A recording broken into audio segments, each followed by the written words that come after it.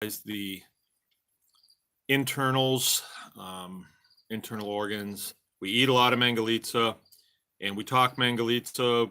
You have, okay, it's the third time. Pretty much free run of the farm and the facilities, and we can talk a lot. We eat together, and it's a lot of fun. You meet some really interesting people for sure. So get a hold of us via bakersgreenacres.com and get your deposit in for the class. The one here at Baker's Green Acres is $500. Is hosting the class what they want to charge. Jill and I charge what we charge, and they have to pay us. And if they don't care to make anything on it, then that's fine. If you would like to host one at your farm, please get a hold of us and we can arrange that. Okay, puppies. We still have 3 female puppies left, and they are ready to go now. Only one of them has left. We did the Harvest Music Festival this weekend. Had a great time. Brought the puppies. Set up a little petting area and brought some farm animals. Brought a calf. Had a great time. So that's great, and that's like a yearly event that is now behind us. And the next thing we're looking forward to is Hog Harvest. We're going to be doing 2 of them this week or this year. So, and then after that, it starts getting cold and snowy, and then it's skiing season, and going to be doing a lot of butchering this year because I have a bunch of sheep that need to be turned into hot dogs, and I'm going to be doing quite a few pigs too, and I have 2 beef that have to be done. So I'll have my work cut out for me. Also, right now, I'm doing some rebuilding projects on the house. As you know, we are no longer a commercial outfit, so there's more time to do things like that. When you're commercial, all you're doing is hitting the ground running at your commercial operation, and you don't have a lot of time for anything else.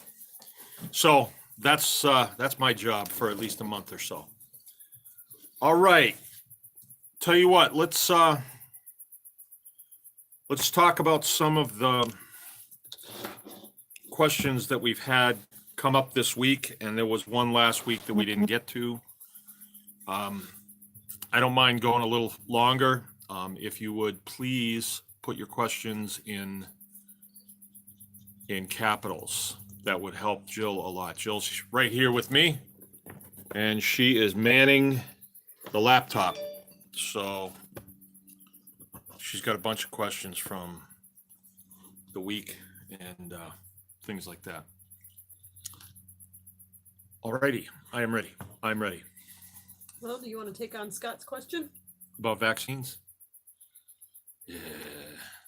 All right.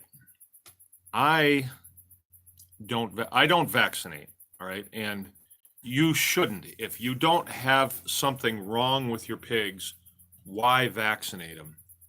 And if you think about it too hard, you're going to really start thinking about your children. Like, well, then why did I vaccinate my children? You did it because you had your babies at the hospital and they push it on you, right? I'm not a big vaccine guy. I listen to a lot of authors that seem ineffective, and it's other things that lead to the demise of certain diseases that are in swine. And I have some anecdotal evidence of this. All right, I learned a new word last week, and I've been using it for a whole week. Anecdotal. Long time ago,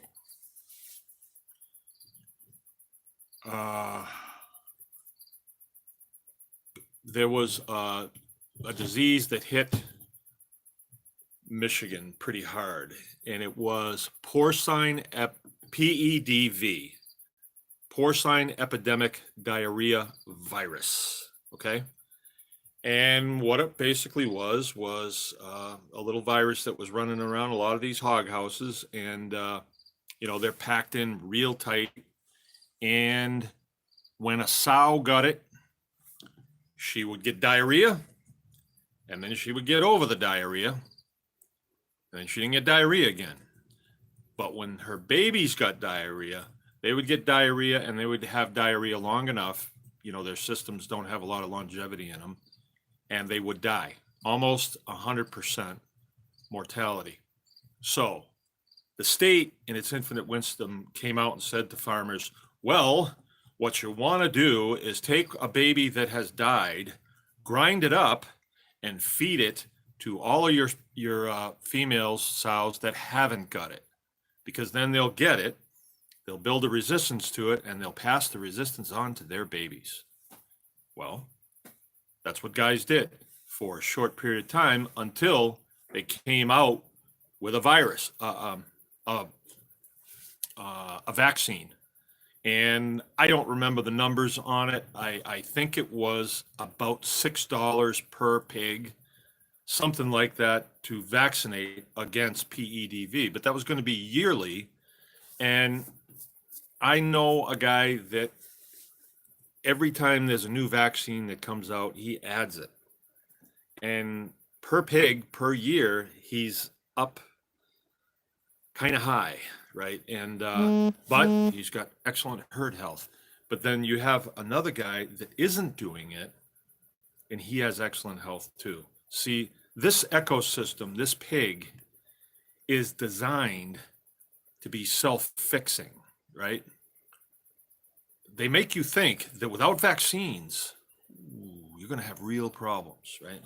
Well, I don't believe in it. Most of my friends who are animal science people, they've been taught that it's been pounded to them when they went through college. And so, of course, that's the way they lean. I've never used them, and I have no problems. And so I don't plan to use them. And so that's where I stand. I am even very against using things like hog chow or hog concentrate, because a lot of it's made from pigs out of slaughterhouses that have been vaccinated, and you bring all kinds of stuff into your herd whether you know it or not. So I think if you have a healthy herd, leave it alone. Like, are you calling up I tell you what, call up your healthcare provider and say, what kind of vaccines you got? I just feel like coming and getting stuck and paying you some money. Oh, well, sir, we've got probably 4 or 5 of them that we can let you have. Are you sick with any of these things, sir? No? Well, come on in. We'll give you a vaccine, right? Yeah, I'm way against it. Do what you want, but that's my opinion. Next. Turd stir. What natural dewormer can I give my mangalitzas? Nate wants to know. I have heard that raw pumpkin seeds work really good. So this time of the year, pumpkins are going to be, available. And I am a big scrounger, so I would recommend that you go looking around for pumpkins that you can get for nothing or real cheap. I've gotten lots of them, lots and lots of them, and feed them to your pigs. I have thoughts on worms too. Okay. Hey, lay down. Worms are not something that come from a different planet. They are part of the system of a swine, for sure. I think what we're talking about here is when they get out of balance, when they get way out of balance. And that's happened to me after I have gotten pigs back into my herd unknowingly that had been fed hog chow. Then I got worms, and I actually wound up losing a couple pigs because it hit us pretty hard. I don't worm. I feed my pigs lots and lots of biochar, but I think if you do a wormer, you're gonna create an ecosystem that has a piece of it missing, right? But what do you do when you have a pig that's so sick from worms that you have to do something? Well, in that case, I think I would go get some Safeguard and I would worm them. And I think I'd be really careful to worm them and then move them in a couple of days. And that way all the worms are going out, and then you're moving the pigs so they don't wind up rooting back through them and getting any of the worm eggs back in through their, there's different types of worms. Some of them actually go through their lungs. If you have pigs that are coughing a lot, it's an indication that you might have worms. But you know, they will have some worms. We worm the puppies before they go to their first their owners, right? And generally they will pass a couple of roundworms. It's pretty common, you know, in the sterile America. It's not common, and people routinely freak out when they see a worm in a kid's diaper. But it's happened around here several times, and you know, it's just part of life.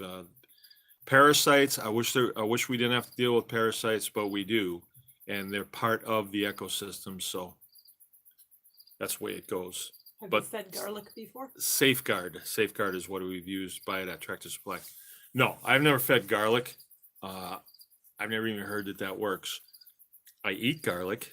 Yesterday I had a soup with about 6 pieces of garlic in it, and today I felt really good.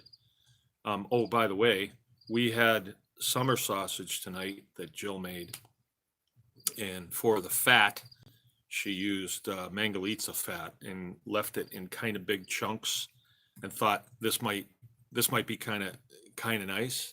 And we had it at dinner time, and I'm telling you what, it was out of this world. And so I told her if she'll commit to make more of it, then I will actually buy a hunting license this year, and I will go kill some deer. I will kill as many as I can get licenses for. Okay. Can I have a question? Yeah. Is 500 too much money to pay for a ton of non-GMO organic hog feed? Maybe repeat the question. I don't know. Is $500 too much to pay for non-GMO organic hog feed? Again, if it has raw protein in it, sometimes it's called hog concentrate, you don't want it. You just don't want to bring that onto your farm. And at the feed mill, I know the guys that have wound up at the feed mill and they're experts on hog feed will tell you pigs won't grow if you don't give them that. Well, I haven't been given that stuff for way over 10 years. And we've not had any problem with pigs growing. He said it doesn't have that in it. It doesn't have that. 500 for a ton. Let me do a little calculation on you. It's been so long since I bought feed. Let's see.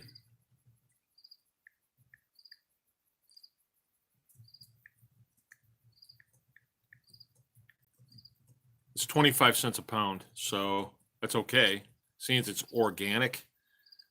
If you're someplace where, if you're able to tell a chef or a store or some person that your pigs are organic, and you even jump through the hoops to become certified organic, it may be worth your while, because if you have organic hog chow or hog feed, and you can show a customer the the tag and get them to be assured that this is what you actually feed, it may work out for you if you're trying to make money with this type of thing. If you don't have the time to go scrounging, then it would be a good thing for you too.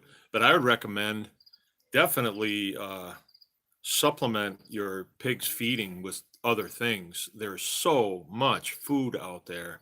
Apple orchards, pumpkins, like we were saying, squashes, leaves. This time of the year, acorns. Oh my word, acorns are just so plentiful.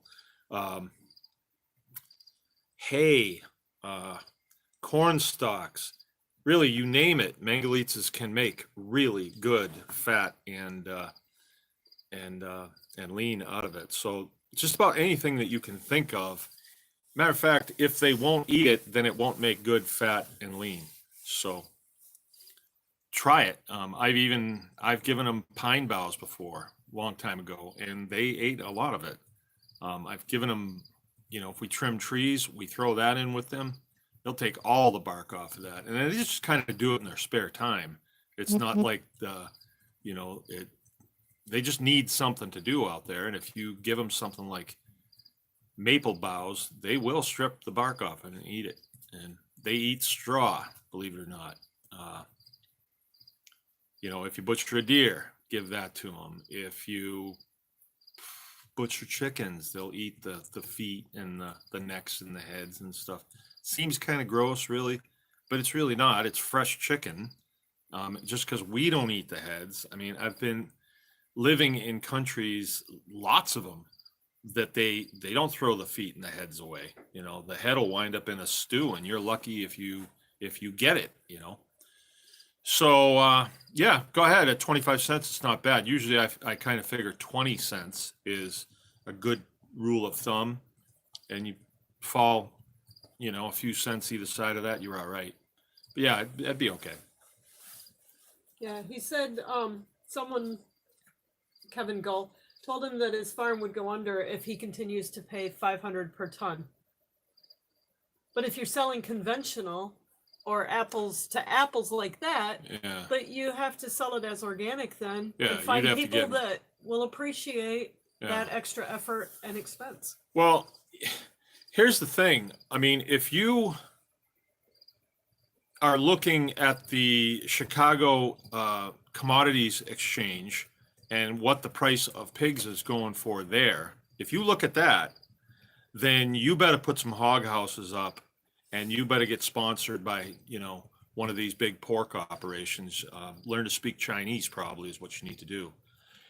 But that's not your economy. Your economy as a homesteader is your family, your friends, and hopefully if somebody wants to buy pork from you and you say, look, this is what I need to cover the cost of growing this pork and make a little profit, either they take it or they don't. But it's kind of a different economy. You're not going to compete with the big hog operations that are owned by the Chinese now. Smithfield is sold to the Chinese. The American company is now Chinese. So, they don't really care about the quality of the pork. They're just looking for a fat pig. And I can tell you something. When I first got out of the service, I was driving semis for a little while. I thought that's what I wanted to do. And I was hauling pigs from hog houses down to Indiana, a huge slaughtering facility. And you don't want to see that. You just don't want to see that. It's horrible. And how many of the pigs didn't get off the semi? I think there was like 10 of them because they were too weak. And it was maybe a 4 or 5 hour ride, and they all went on, but then they were too weak to get off. And even the ones that got off weren't really that strong. They were just babies. They were only 6 months old. They push them. I think the weight at that time was 240 in about 6.5 months. So you're talking a totally different economy. So if that guy said that, then he must be thinking you're going to have to sell them at a very low price. Whoa, cat fight. And you just don't do that. I mean, if you're feeding organic stuff, you're going to have to charge accordingly. Okay. Who's Kevin Gull? Kevin Gull says it. So the question that we had this week about getting rid of the mullein out of a pasture. Cats. Joe can't find anything to throw at him. All right, there was a question this week that wound up on Michigan Homesteader. It's sort of a Facebook page, and we've been getting it for a while, and I never answer much on it, but now and again I'll see something, or Jill will see something. And this week somebody showed a picture of a plant. It's a mullein plant, and it is a weed, but it's got a lot of properties that make it very useful to the homesteader, right? So this, I think it was a woman, wasn't it? And she said that she had a field and the picture showed bare dirt around this mullein plant. And she wanted to know how to get rid of it. And a lot of people gave answers, and they were good answers, I thought. But she said, no, I'm just looking for a herbicide. I can spray it and get rid of it. Well, if you have an imbalanced soil, then you're going to have an imbalanced plant growth. All right. So there's a seed bank in the soil, and it's full of all kinds of things. If all of a sudden you've got a whole field full of mullein, that means you're way out of balance. And by that mullein growing, it's seeking to balance itself. How do you like that? So in time, it could fix itself. It could take a long time, but obviously she's in the farming business and seeks to have a stand of something that she can feed. Were they pigs that she was trying to feed? I don't remember. I don't know. It didn't say. Just a pasture. But anyway, she got a lot of good input, I thought. But she was really looking for, how do I apply Roundup, it seemed like. And a lot of people had some things to say about Roundup, and it started kind of a storm. But I thought that we should address it here, because we talk a lot about planting fields for your pigs. So we're talking about planting forages. And in that case, what we're doing is we have fields, and the pigs go in and they wipe everything off that field. Now, it may have been in grass, let's say, like a hay field. And then you're going to see a whole lot of things come up that you don't know what they are. Mullein is a huge offender. What are some of the other ones, Jill? What are some of the other things that come up? The pigweed. Pigweed comes up. Pigweed, lamb's quarter. Lamb's quarter. Pigs love it. Pigs love it. What's that?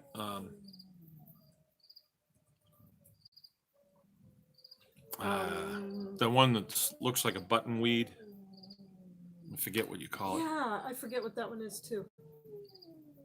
We need a BB gun. Get rid of those cats. I'll get them. And so what I would do, this is what I would do to get you where you want to go a little quicker. You got to get rid of him. He's the culprit. And is seed the field down with rye, especially this time of year. It's the best thing to do. Rye is a great do-all when it comes to cover cropping. And if you want to in the spring, then you can turn that down, or you could graze that off, lightly graze it off and let it go again. It'll rehead, and who knows, you could even let it dry and let those heads fall off, and it will reseed itself, and you get a really thick growth. And that has a tendency to help the soil come back into balance. We talk a lot about doing soil samples, and if you do a comprehensive soil sample with a lab like Logan Labs, you can find them online, you're going to get a mineral count of all the things that you should have and where your soil actually was. And that is where the rubber meets the road. When you do a soil sample with like the extension service, they're just going to be looking at nitrogen, potassium, and what's K? NPK, whatever that is. Nitrogen, potassium, whatever. I don't remember. And then they'll say, well, here's you can get this fertilizer from the co-op wherever you can spread it. The problem with that fertilizer, it's toxic to your soil. It's going to give you what you need and you'll get a boost out of it. But I don't know. I think there's a better way. It's sort of like treating a symptom instead of a problem. And so I think you should start looking more at how do we treat the problem? When people came here to the New World, they didn't have fertilizers. If they had soils that were poor, they had to figure out how to make those soils work better.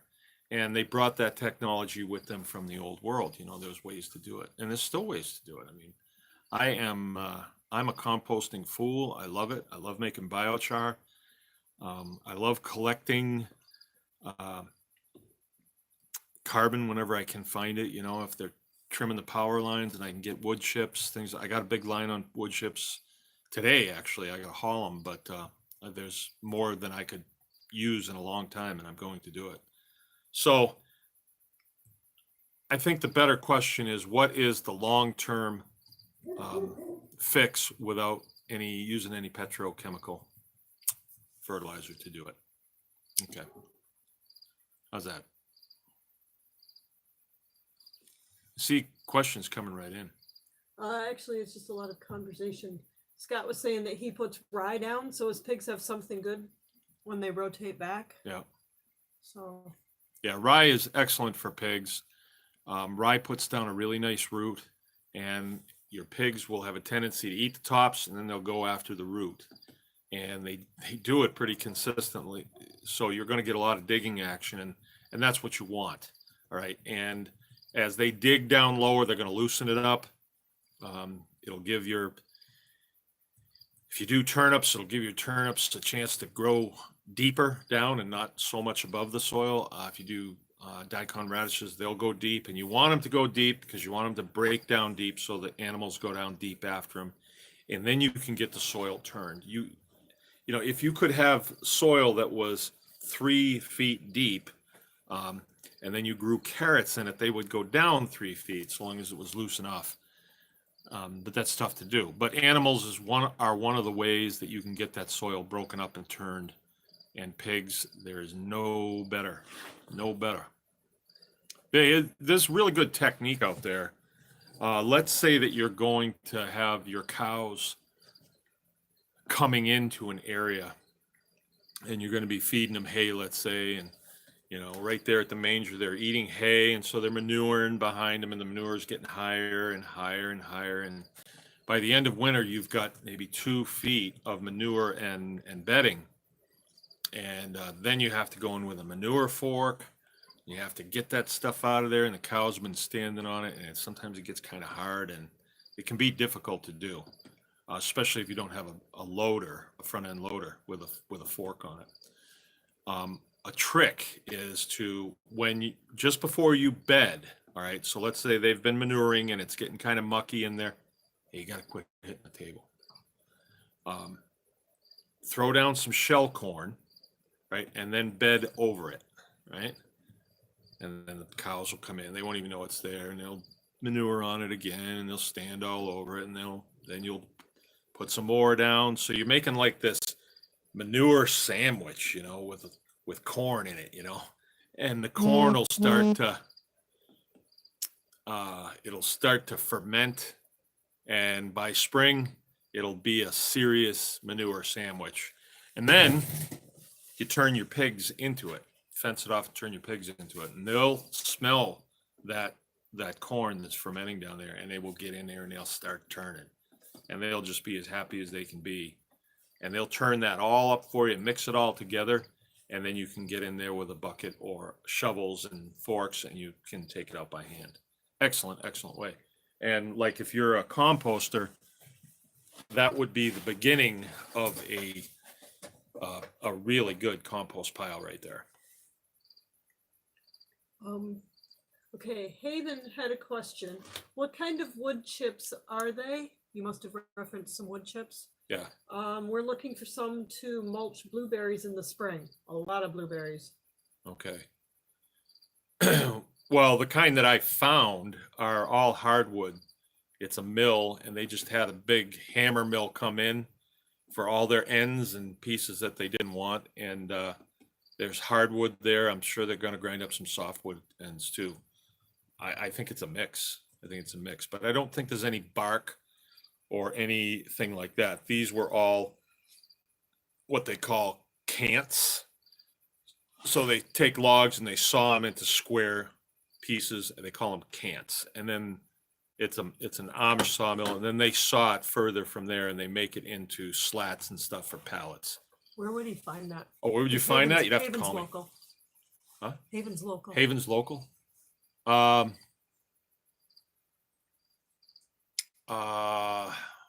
What's the name of the sawmill? Whispering Pines. It's on Finkel. It's on Finkel and McBain. They got a big pile of it there. You go up there, he's got a hammer mill sitting there right now. They're going to grind a bunch more. And those would be good for blueberries too. Those would be good. It'd be a good thing for you. Next. Scott wanted to know how far he should keep his boar from his gilts. His boar's coming the end of October. How far should his paddock be from the gilts? Oh, you want them close. You want them in the next pen if you can, and separated by electric. That's what you want. And make sure your boar gets well trained,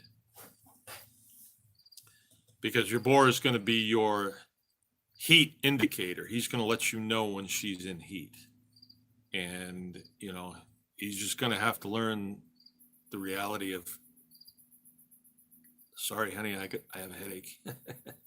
He's going to have to learn that, because you can't if you don't want to give him free rein to the sow, which you probably don't. I do, but I have kind of a different thing going.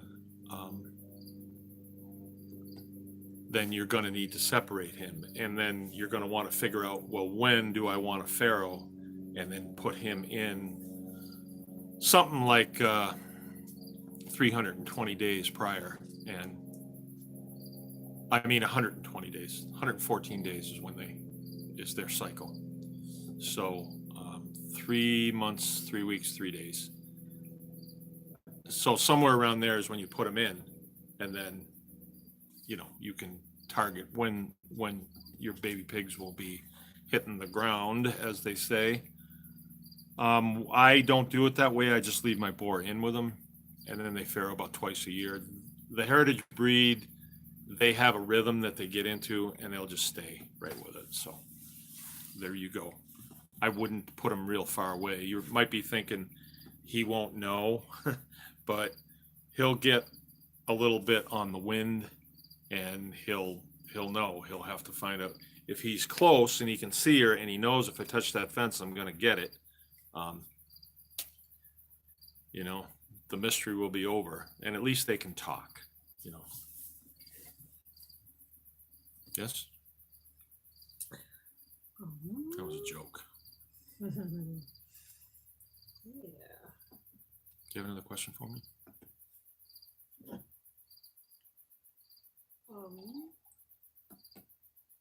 Could you talk about, just in front, because a lot of people have come. What's that? Could you talk about Hog Harvest, because a lot of people in the dates? Oh, okay. Talking about that. If new people have just come in, I'm seeing some weird things there. Yeah. All right. If new people have just come in, Hog Harvest is going to be November 1st, 2nd, and 3rd here at Baker's Green Acres. And it will be up in the UP in Gwinn, Michigan on October 20, 21, and 22. And if you're interested in attending Hog Harvest class, please contact us via bakersgreenacres.com, and you know, we can give you a phone number. We can talk on the phone and stuff, and get you signed up. It's a great class. You're going to learn how to take a hog from live walking around to sausage, hams, bacons, chops, all that stuff. We show you how to do all that stuff, and it really isn't brain surgery. Your first time around, it might not be as good as your 50th time around, but at least if you see it done and get your hands on some of it, we can really guarantee that you're going to have a lot of hands-on time, because we usually do 1 pig per 6 participants, and then we keep one half of the pig. You know, like we'll usually do 2 or 3 or 4 pigs. So one half will be the demonstration half, and let's say we're going to break off the ham. You know, I will do that cut, and then you go back to your table, and one of the three people will do that. And, you know, you kind of alternate and stuff. There is a lot of cutting involved. We've not had any problems. Yeah, the only thing you don't do is shoot. I'm the one that does the shooting. If you haven't shot a gun and you want to learn how to do that, we can help you with that too. We'll just take you out and someone will let you shoot a 22, and we'll set something up that looks kind of like a pig's head and give you an idea how to do that. But processing animals is one of those things that kind of separates the successful homesteader from the unsuccessful, because a successful homesteader is one that is willing to do the things that an unsuccessful homesteader is not. And processing animals, you know, it's not, at first, it's not human nature to want to kill. And I didn't, I was 35 years old before I shot the first deer I shot. And it was even kind of tough, you know. And I didn't shoot my own pigs for several years after that. Somebody else would come and do it for me, a friend of mine. And then I finally wound up doing it because my son wanted to do it. And he did it, and he got a bad hit. And I said, "Give me that gun." And then I shot that pig. And after that, it was not that bad. And at this point, you know, I have to kind of make myself realize that, hey, this is a life, and this is a life that I've nurtured, and this is an animal that we're killing for a reason, and it's going to allow us to continue to survive because we're able to do this. But if you can butcher a pig, you can butcher a chipmunk. If you can do a chipmunk, you can do a collie, you know, if you had to. They're all kind of the same. And once you start doing it, you'll see the similarities between a half a pig and a half a beef. And you'll start to realize where stuff comes from, right? So, you know, when they start talking about a New York strip, you'll know, hey, I know where that comes from. Or bacon, where's that come from, you know? But you get to see it. And then we talk about a lot of the preservation methods and stuff like that, which are also very important to the homesteader. Now, what we're talking about here in homesteading is like supplementing your income by having a piece of property and the skills in order to create food products for you and your family. Like summer sausage. Like summer sausage that I had tonight. Like I could use another piece right about now. Because you spend a ton of money just feeding yourselves. So if you are an accountant, let's say, and you're thinking, gee, I think I'll get a part-time job working at Subway. Well, maybe it would be better if you got a part-time job homesteading the place where you live, and that would be kind of your part-time job. Instead of watching Dancing with the Stars, you were doing some homesteading when you get home from being an accountant. You would actually get way further ahead than if you're working at, you know, some other type of job. And you learn skills and you get self-satisfaction. There's part of our brain right up here in front that when we do something that it's going to enhance our survival, it makes us feel good. And when I took that first bite of summer sausage, I thought, this makes me feel good because I know it's going to help me to survive. And we did it all ourselves here. Royal we, of course. So there you go.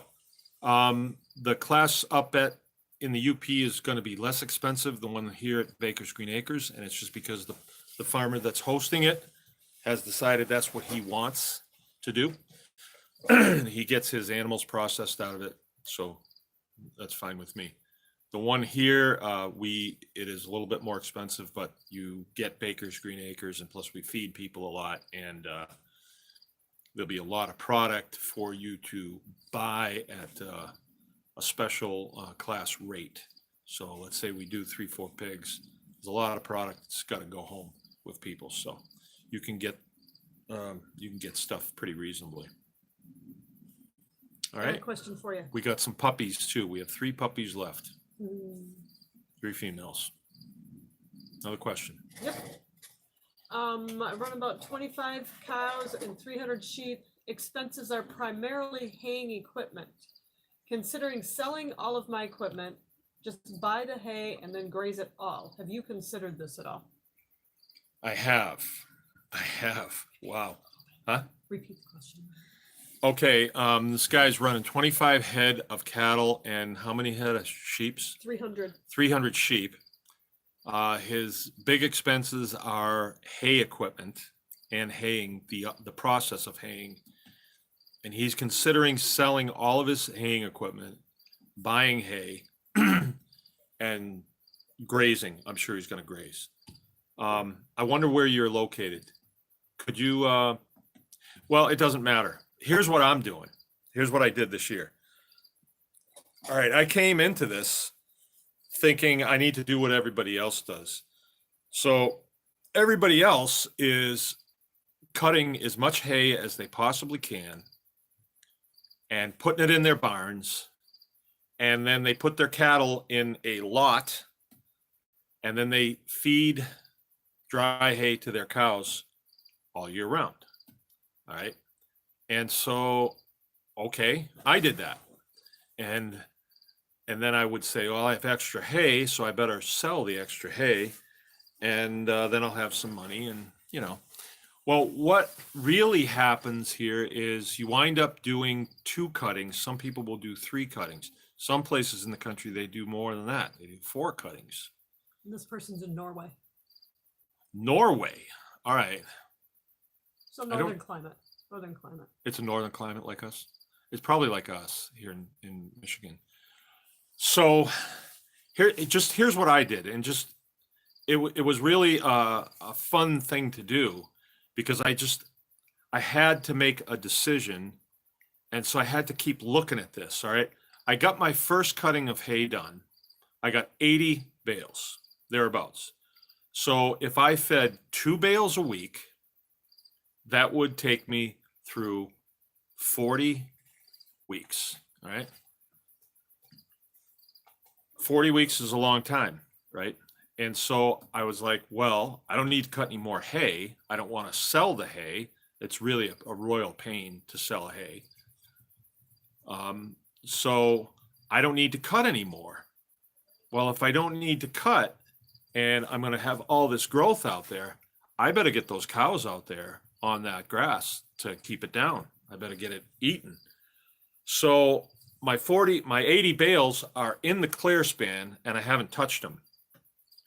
And I am getting real creative with my temporary fences in between. My whole place is fenced off around the perimeter, or at least 95% of it.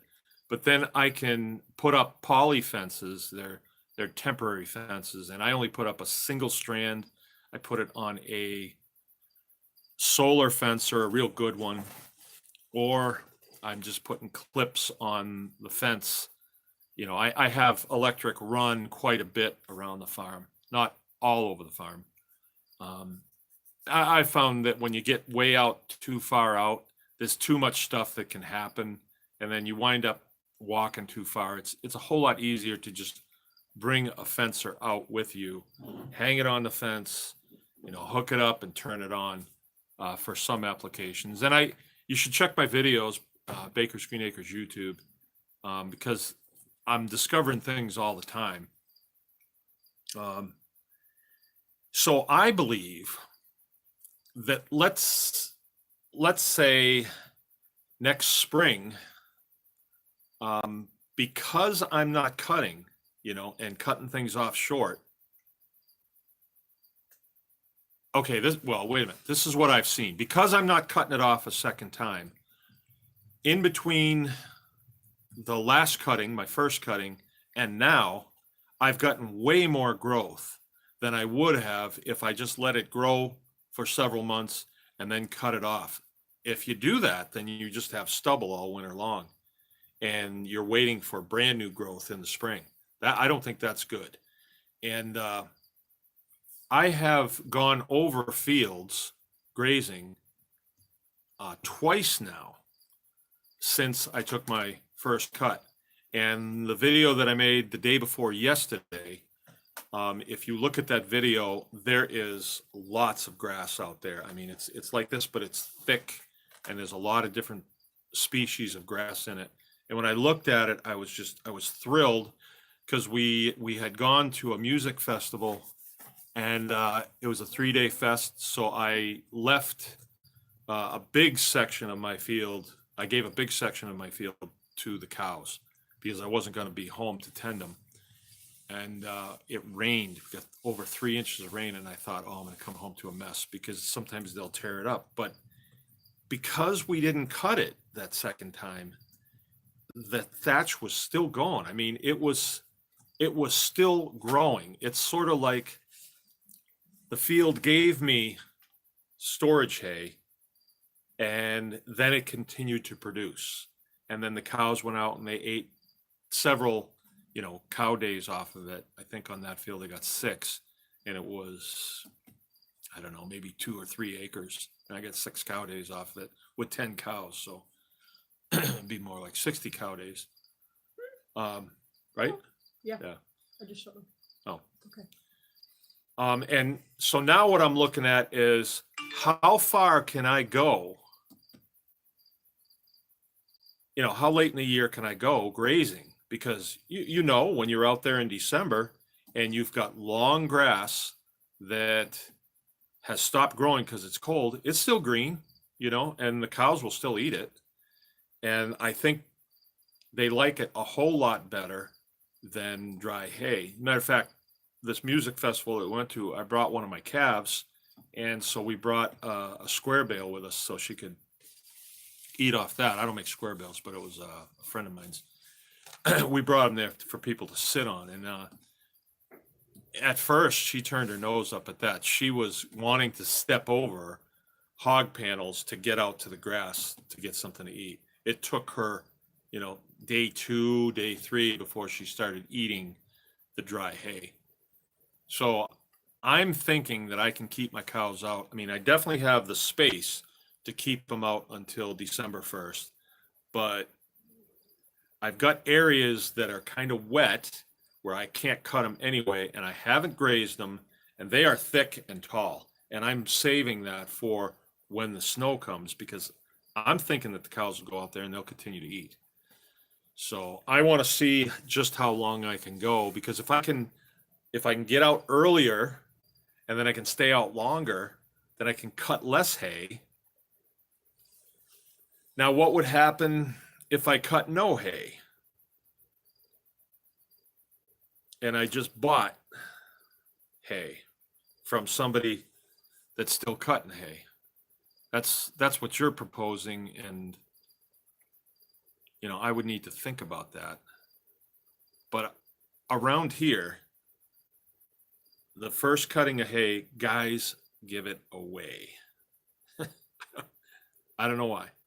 They sell it cheap. And I could probably buy it cheaper than I could make it. And then I would be grazing from the get-go. It's something to think about. I can't do it now. I have to think about it while I'm out there in the field and I'm looking at it and I'm feeling it and smelling it. But I hear what you're saying.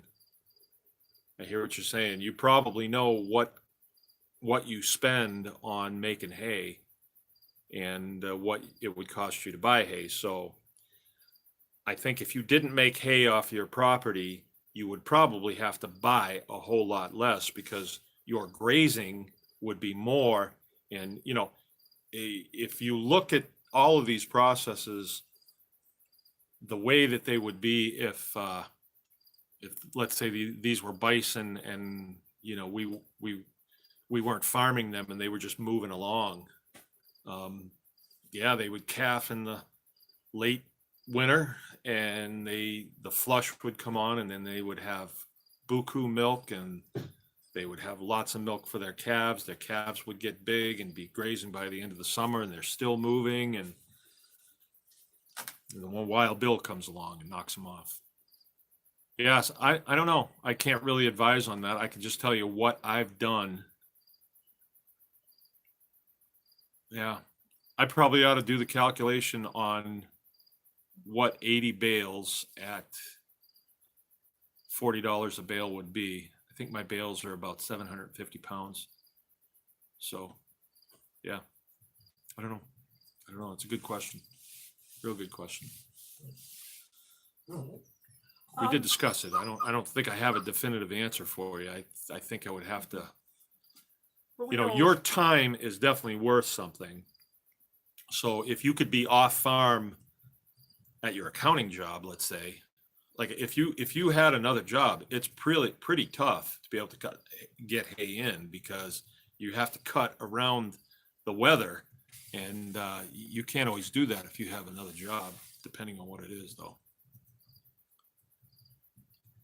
I appreciate you calling in from Norway. That's cool. That's cool.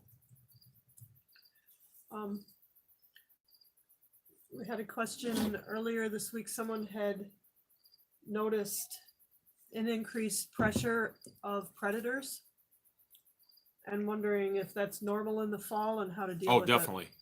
Yeah, predators are going to increase in the fall, because there's quite a few reasons, but they're all getting ready to go into their hibernation or their slow time. So they want to build their fat. So they're a whole lot more ravenous, and they will take a lot more risks in the fall.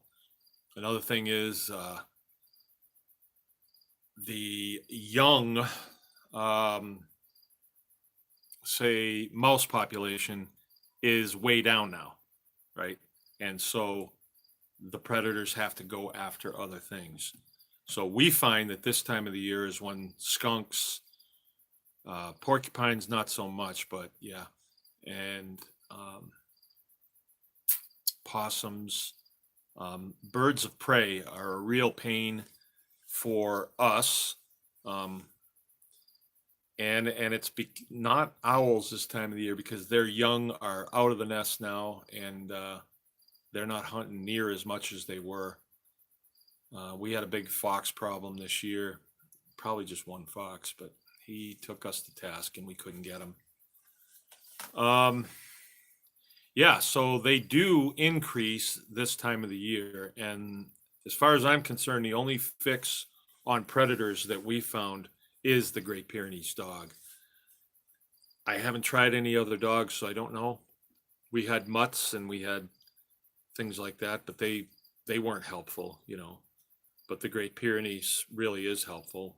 What has happened to us this year is with the Great Pyrenees, you have to put an in-ground fence, because their yard is the world. You know, they will go as far as they want to, and you can't really convince them not to do that. They will do that. So you put a wire down, you just bury it a couple inches, and then they have a collar on that will give them a tone, vibration, and then a shock if they get too close to it. And I fenced in about 5 acres, I figure, here. And that's enough for them. And then my chickens are on the inside of that. When my chickens got very close to that border, the fox figured out that he could come in, dash in, grab one, and get out before the dogs could get him. And the dogs would drive right up to the line, and they wouldn't go any further than that. And even now, without collars, they won't cross it. And so the fox had that figured out. So we did put like hold traps out for him and stuff like that, but we didn't get him. I got a shot at him one night when I was making hay. Thought I hit him. It made that thwop noise, but I couldn't find him if I got him, so I don't think I did, because we lost turkeys after that still. So yeah, you just got to get more vigilant. There's different ways to deal with different animals. I think foxes, what you want to do is set up a tripod and take a piece of liver, like chicken liver, and hang it so it's about 3 feet off the ground, or maybe 40 inches on that tripod. And on the inside of that tripod, put down 3 leg hold traps, and make sure that that drips a little bit, and put those leg hold traps in a circle about that big. And when he goes in there, he'll step on one of them. They're pretty hard to get, but sometimes they can't resist stuff. And there's other predators too. Owls are pretty bad in the spring, and they're quick. You know, they just swoop in and take them, and it's tough. We got eagles now, and you can't do anything about those. You can scare them, but even then, it's touchy because that's called molestation.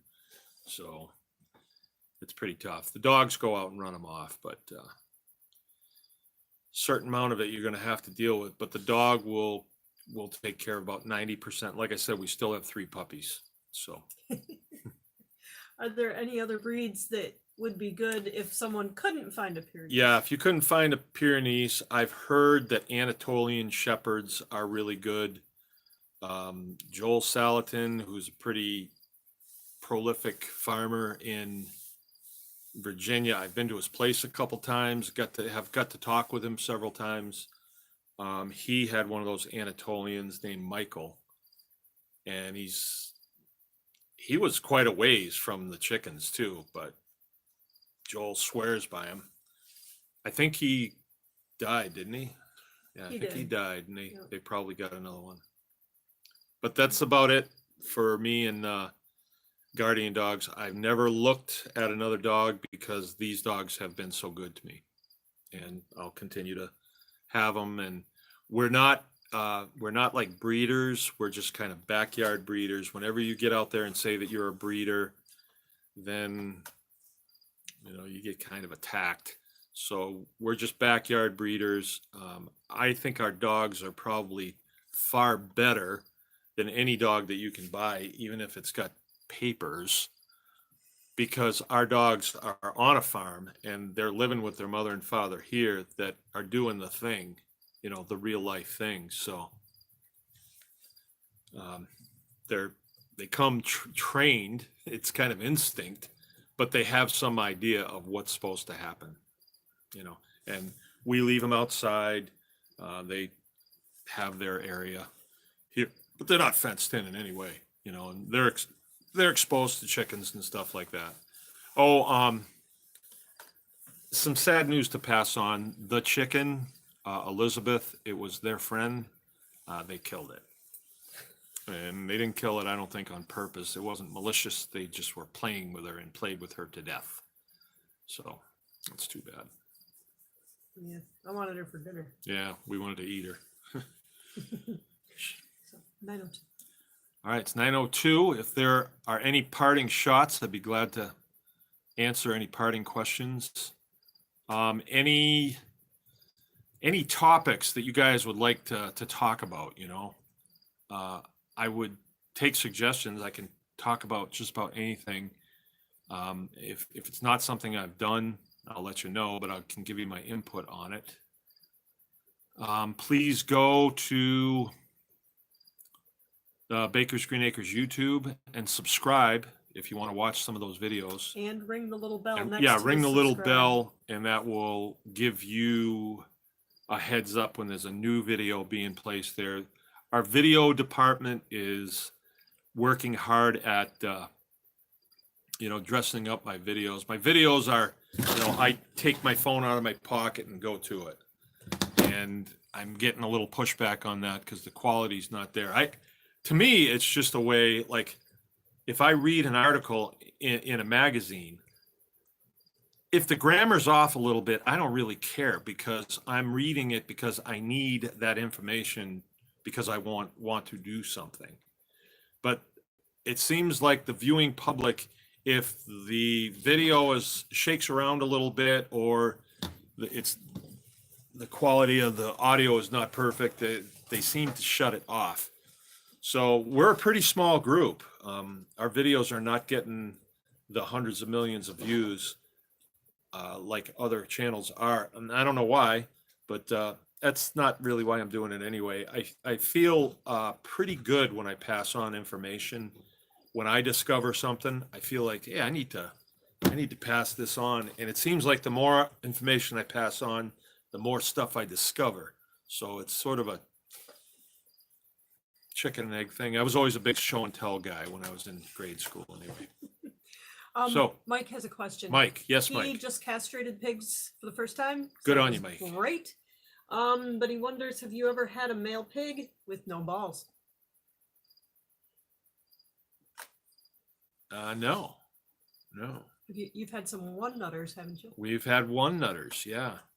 Yeah. And I sing a little song when I'm castrating sometimes. Goes like this: one nut, one nut. You're lucky if you have just one nut. Yeah, that's my rap song.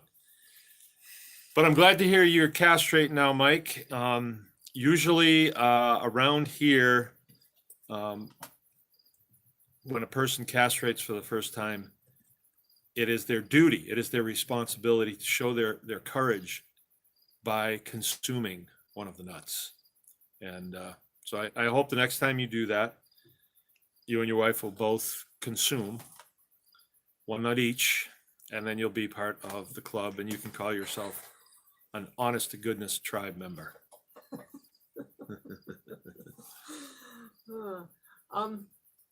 A friend from Norway Yes. wondered, why do people around you sell their first cutting? We usually consider our first cutting the best. Well, you know, the reason they do that, I think, is because it's a source of dollars. And when winter's over, they have to pay for the stuff that may have consumed during the winter months. That's my theory. I'm not exactly sure. Or money that they've borrowed, they need to get that paid back. So there's a mad rush to to sell that for cash so they can catch some bills up. That's what I know that's what it is. I know that's what it is. So yeah, it's the best hay, or it can be, you know. But for pigs now, when I lived in Montana, if they didn't make a third cutting because it was so stemmy and it was really high in protein that you couldn't feed it to cows because they'd bloat on it. And you could feed it to rabbits and you could feed it to pigs and things like that. But back then, I didn't have Mangalitsa pigs. So thinking about feeding hay to pigs was not something that was even on my radar. It never even crossed my mind to do that. So, but if I lived there now, I would be asking people if they would take a third cut because, you know, you could mill that, you could hammer mill that, and you could make a really nice feed out of it, especially if you had something else to put in it that was available. I lived near a place out there in Montana that was a seed cleaning plant.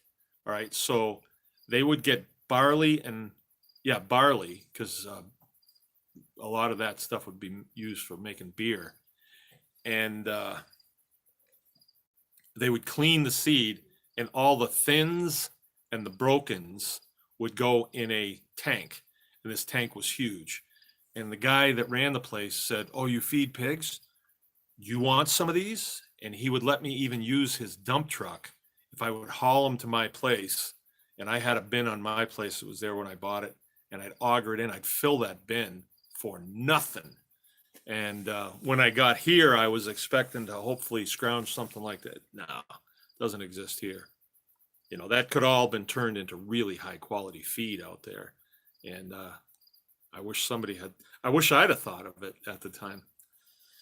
So, okay, we're at the end, past 9 o'clock. This is working out real good, this 8 o'clock. Please give us a thumbs up, like, share, and all that good stuff, and share it with your friends.